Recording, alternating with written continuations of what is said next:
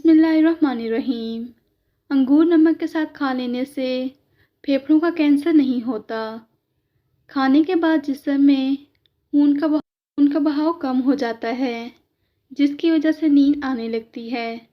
اگر اپنی آنکھوں کو بہتر رکھنا ہے تو سونے سے پہلے اپنے پاؤں پر تیل کی مالش کریں۔ زیادہ سے زیادہ پانی پینے سے خون کی روانی بہتر ہوگی اور کولیسٹرول کنٹرول میں رہے گا۔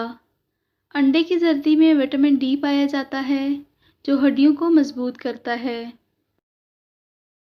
5 چیزیں جو بندوں کو جلدی بوڑھا کرتی ہیں: نیند کی کمی، ہر وقت بیٹھے رہنا، ذہنی پریشانی، میٹھی چیزیں زیادہ کھانا، آئلی چیزیں زیادہ استعمال کرنا۔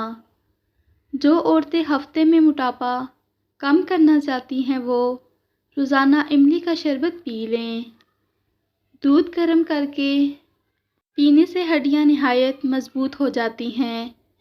سر میں درد ہو یا چکر آئیں تو سفید زیرہ منہ میں ڈال لو، درد ختم ہو جائے گا۔ دھنیے کا رس گنجے سر پر لگانے سے بال آنا شروع ہو جاتے ہیں۔ قد بڑھنا رک جائے تو نہار منہ روزانہ لٹکا کریں، قد بڑھنا شروع ہو جائے گا۔ کیلے کے چھلکے کو سر پر مسلنے سے بال گرنا بند ہو جاتے ہیں۔ نہار منہ ٹماٹر کا چھلکا کھا لینے سے کبھی بدن میں سستی نہیں ہوتی۔ چاول ہمیشہ کم کھاؤ، دمے کی بیماری نہیں ہوگی۔ زنگ شدہ چیزوں کے اوپر لیموں رگڑنے سے زنگ ختم ہو جاتا ہے۔ معدے میں جلن، تیزابیت یا منہ میں چھالے ہوں تو ابلے ہوئے چاول کھائیں۔ زیادہ میٹھی چیزیں چہرے پر جھریاں لاتی ہیں۔ کچا لہسن کھاؤ، دل مضبوط ہوگا۔ جب بھی کوئی آپ کو پریشانی یا تھکاوٹ ہو تو ادرک والی چائے بنا کر پیو، آرام آ جائے گا۔ نہار منہ خوشبو والی چیزیں سونگھنے سے انسان جوان رہتا ہے۔ سیب اگر بھرے پیٹ کھایا جائے تو وہ آپ کو قبض کر سکتا ہے۔ ماش کی دال اور دہی کے ایک ساتھ کھانے سے بلڈ پریشر بڑھنے کا خدشہ ہے۔ جلے ہوئے حصے پر انڈے کی سفیدی لگانے سے چھالے نہیں بنتے۔ زیادہ چائے اور کالی پتی کے استعمال سے ہونٹ کالے پڑنے لگ جاتے ہیں۔